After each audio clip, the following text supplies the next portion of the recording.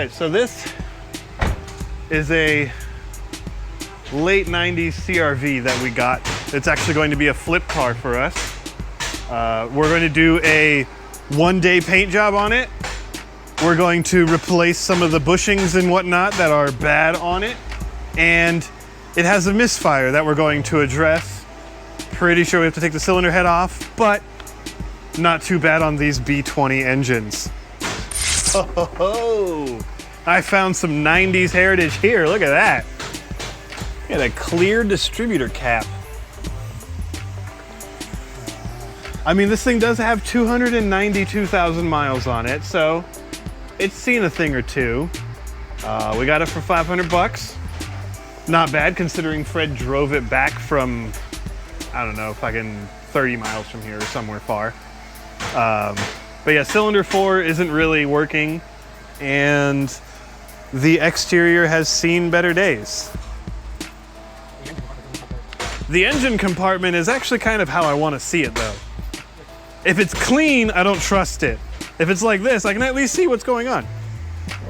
So for us, one of the big non-negotiables with a flip car is that it needs to look as good as the asking price, right? So we've got a $500 car. We want to make it look like a $3,000 car. We got to put some paint on it because this thing looks rough, right? No one's going to want to buy a $3,000 car that's completely falling apart.